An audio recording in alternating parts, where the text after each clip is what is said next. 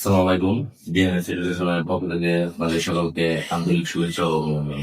আজকে সেট ফাংশনের 3 নম্বর ক্লাসে আমি আপনাদের সাথে আছি ওমর ফারুক সিয়াম। আজকের ক্লাসে আমরা সেট ফাংশন অনুশীলনী থেকে একের ওই দিন আমরা ক এবং ঘ নাম্বার একটা বাড়ি ক নাম্বারটা সমাধান করিয়ে অনুরূপ ঘ নাম্বারটা আমরা বাড়িটা দিয়েছিলাম আপনারা সমাধান করার জন্য। এটা অবশ্যই আমাদেরকে কমেন্টের মাধ্যমে জানিয়ে দিবেন।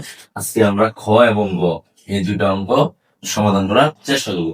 আমাদেরকে দেখেন বলা হয়েছে যে নিচের সেটগুলোকে তালিকা পদ্ধতিতে প্রকাশ করো। তাহলে তালিকা পদ্ধতি আমরা জানি যে সেট গঠনের পদ্ধতি দুইটা, সেট প্রকাশের পদ্ধতি একটা, গঠন পদ্ধতি একটি, তালিকা পদ্ধতি। আমাদেরকে দেওয়া হচ্ছে গঠন পদ্ধতিতে, তো এটাকে আমরা তালিকা পদ্ধতিতে নিব। দেখেন এক্স খ নম্বরে দেওয়া আছে এক্স বিলংস টু জেড, মানে এক্স বিলংস টু জেড মানে হলো জেড। জেড এর মানে কি? জেড জেড হলো সকল পূর্ণ সংখ্যা, মানে জেড দ্বারা আমরা পূর্ণ সংখ্যাকে বুঝে থাকি। ওই দিন আমরা পড়েছিলাম এক্স বিলংস টু এন, মানে এক্স হলো এন এর সদস্য, এন মানে হলো স্বাভাবিক সংখ্যা, আর স্বাভাবিক সংখ্যা 1 থেকে শুরু করে অসীম পর্যন্ত যেতে থাকে, যার কোনো শেষ নেই। কিন্তু স্বাভাবিক সংখ্যা হয় ধনাত্মক, কিন্তু যে পূর্ণ সংখ্যা ধনাত্মক এবং ঋণাত্মক দুইটাই হয়। কিভাবে হয়? ঋণাত্মক, যেমন মনে করেন আমি যদি 1 লিখি এটা হয় ধনাত্মক, আর আমি যদি -1 লিখি এটা হয় ঋণাত্মক। যদি আমি এই স্বাভাবিক পূর্ণ সংখ্যা লিখতে চাই তাহলে শূন্য থেকে আমাদেরকে আমাকে যেতে হবে। দেখেন শূন্য থেকে ডানে গেলে আমি পাবো ধনাত্মক ধনাত্মক পূর্ণ সংখ্যা, আর যদি বামে আসি তাহলে আমি ঋণাত্মক পূর্ণ সংখ্যা। এভাবে চলতে থাকবে। তার মানে আমরা সবগুলা নেওয়ার চেষ্টা করবো না, কিছুটা নিয়ে আমরা এই সেটটাকে তালিকা পদ্ধতিতে গঠন করার চেষ্টা করবো। মানে কি? এক্স হলো জেড এর, মানে বিলংস টু দ্বারা বোঝাচ্ছে যে জেড এর সদস্য। তার মানে জেড এর সদস্য, জেড তো আমরা বুঝলাম যে সকল পূর্ণ সংখ্যা, তার মানে এক্স হলো পূর্ণ সংখ্যা। এক্স কে যদি আমরা মানে এই পূর্ণ সংখ্যাকে, যে সকল পূর্ণ সংখ্যাকে আমরা বর্গ করলে 5 থেকে বড় এবং গণ করলে 36 থেকে ছোট বা তার সমান হবে, ওই সকল সংখ্যার সেট হবে এই সংখ্যার তালিকা পদ্ধতি সেট।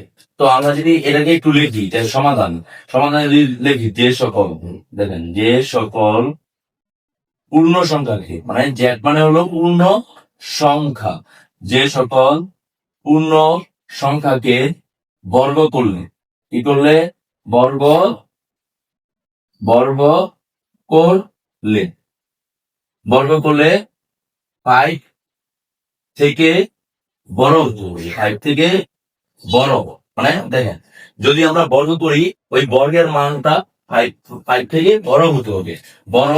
এবং এবং যদি আমরা ঘন করি তাহলে ওইটা কি হতে হবে? যদি ঘন করি, করলে গণ করলে 36 এর সমান সমান বা ছোট ছোট হতে হবে। আচ্ছা, এখন দেখেন এই এই কাজটা আমাদেরকে এখন অঙ্কের মধ্যে করতে হবে। তাহলে জেড যদি পূর্ণ সংখ্যা হয়, এখানে যদি আমরা জেড কে ধরে নিই, দেখেন এখানে এখানে যদি আমরা জেড কে ধরে নেই, দেখেন জেড ইকুয়াল টু, যদি আমরা ধরি পূর্ণ সংখ্যা, এদিকে পূর্ণ সংখ্যা অনেক থাকবে, তো আমরা এদিকে ডট দিয়ে -4 থেকে শুরু করলাম, -4 -3 -2 -1। আপনারা চাইলে -5 -6 5 যে কোনো সংখ্যা থেকে ধরতে পারবে। তারপরে শূন্য, শূন্যর পরে 1 2 3 4, এভাবে পূর্ণ সংখ্যা চলতেই থাকে। তো আমরা চলতে থাকলে অসীম পর্যন্ত নিয়ে আমরা সমাধান করতে পারবো না, আমরা সীমিত কয়েকটা সংখ্যা নিয়ে এটাকে তালিকা পদ্ধতিতে প্রকাশ করার চেষ্টা করবো। এখন এক্সট্রা কি ছিল? এক্সট্রা ছিল জেড এর সদস্য। তার মানে এক সমান সমান যদি আমি প্রথমে ধরেন যে -4 থেকে ধরে এদিকে যাব, কিন্তু প্রথমে আমি একটু সুবিধার্থে অঙ্কটাকে একটু ছোট করার জন্য শূন্য ধরবো। এক সমান সমান শূন্য ধরেন, যদি এক্স সমান সমান শূন্য হলে, x সমান সমান শূন্য হলে আমাদের প্রথম শর্ত কি? x কে বর্গ করতে হবে। যদি বর্গ করি x স্কয়ার সমান সমান, দেখেন শূন্যকে যদি বর্গ করি, শূন্যকে বর্গ করলে হইতেছে হলো শূন্য, যা কিনা 5 থেকে আমাদেরকে বলছে যে বড় হতে হবে, কিন্তু এটা 5 থেকে বড় নয়। আচ্ছা, এবং আমাদের দ্বিতীয় শর্ত হলো গণ করতে হবে। গণের শর্ত ছিল 36 থেকে ছোট অথবা তার সমান হতে হবে।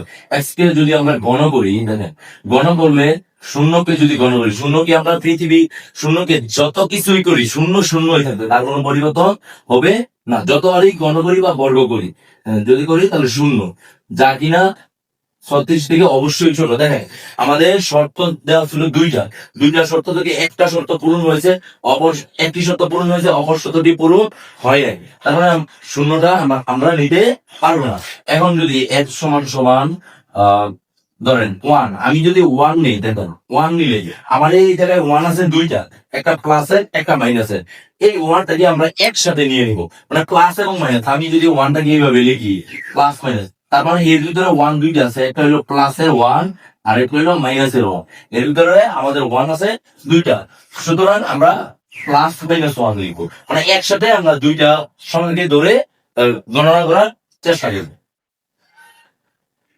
দেখেন তার মানে যদি প্লাস মাইনাস 1 ধরি, মানে এক সমান সমান প্লাস মাইনাস 1 হলে যদি আমরা বর্গ করি, দেখেন বর্গ করলে প্লাস মাইনাস 1 কে যদি বর্গ করি, দেখেন প্লাস 1 কে যদি আমরা বর্গ করি, প্লাস 1 কে বর্গ করলে 1 হয়, কিন্তু মাইনাস 1 কে বর্গ করলে কত হবে? দেখেন মাইনাস 1 কে যদি বর্গ করি, মাইনাস 1 গুণন মাইনাস 1, তার মানে কি আমরা জানি যে মাইনাসে মাইনাসে প্লাস, আর 1 এ গুণ করলে 1, তার মানে কি আমরা দেখেন প্লাস 1 এবং মাইনাস 1 কে যদি আমরা বর্গ করি তাহলে আমাদের সর্বশেষ মান একটাই পাচ্ছি, প্লাসের 1। তার মানে প্লাসের 1 তো আমরা দুইবার লেখার কোনো প্রয়োজন নেই, একবার লিখলেই হবে।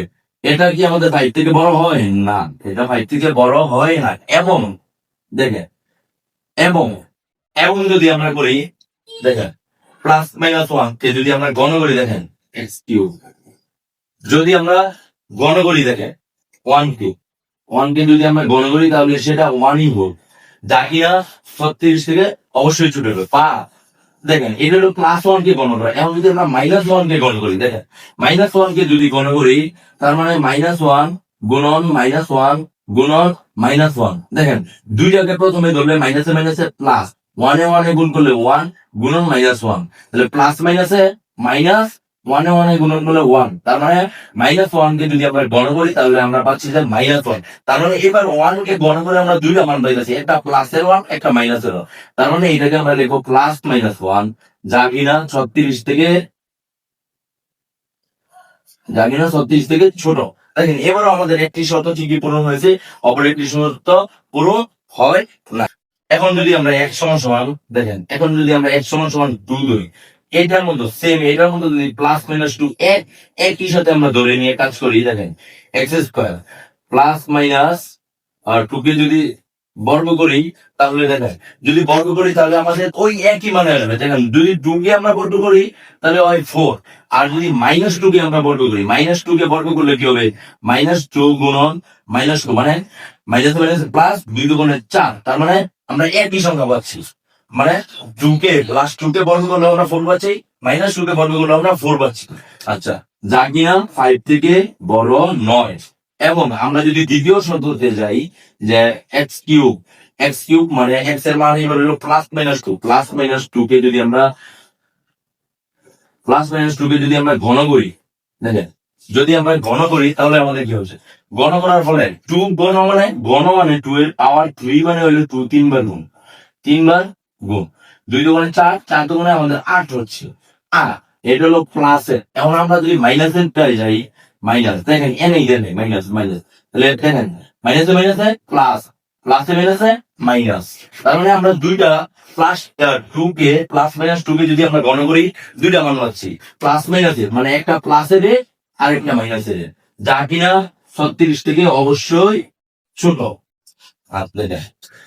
তার মানে আমরা প্লাস 2 দেবো, প্লাস 2 মাইনাস 2, আমাদের প্লাস 2 কেন মাইনাস 2 গেলে, এখন আমরা প্লাস 3 এবং মাইনাস 3, যদি x সমান সমান প্লাস 3 আবার মাইনাস 3 হলে, দেখেন বললে x স্কোয়ার যদি বর্গ করি, 3 কে বর্গ করলে হবে আপনার 9, 3 3 9, আর বর্গ মানে এখন আমরা বুঝাইছি যদি বর্গ হয়, দেখেন আপনার প্লাস মাইনাস 3 স্কোয়ার সমান সমান 9 হয়, মানে বর্গ করলে মাইনাস দিয়ে যদি করি, ধরেন আপনার মাইনাস 3, এটাকে বর্গ করলে তো এটা দুইবার হচ্ছে, মাইনাস 3 গুণ মাইনাস 3, মানে মাইনাস মাইনাস প্লাস হচ্ছে, আর 3 3 9 হচ্ছে।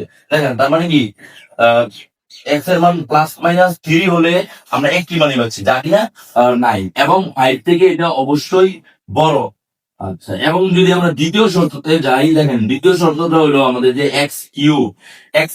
এখন যদি আমরা প্লাস মাইনাস 3 কে কিউব করি, অবশ্যই একটা প্লাসের মান পাইবো, একটা গণ মান আমরা পাবো। তাহলে গণ থ্রি সমান সমান, দেখেন একটা প্লাসের মান একটা মাইনাসের মান আমরা পেলাম।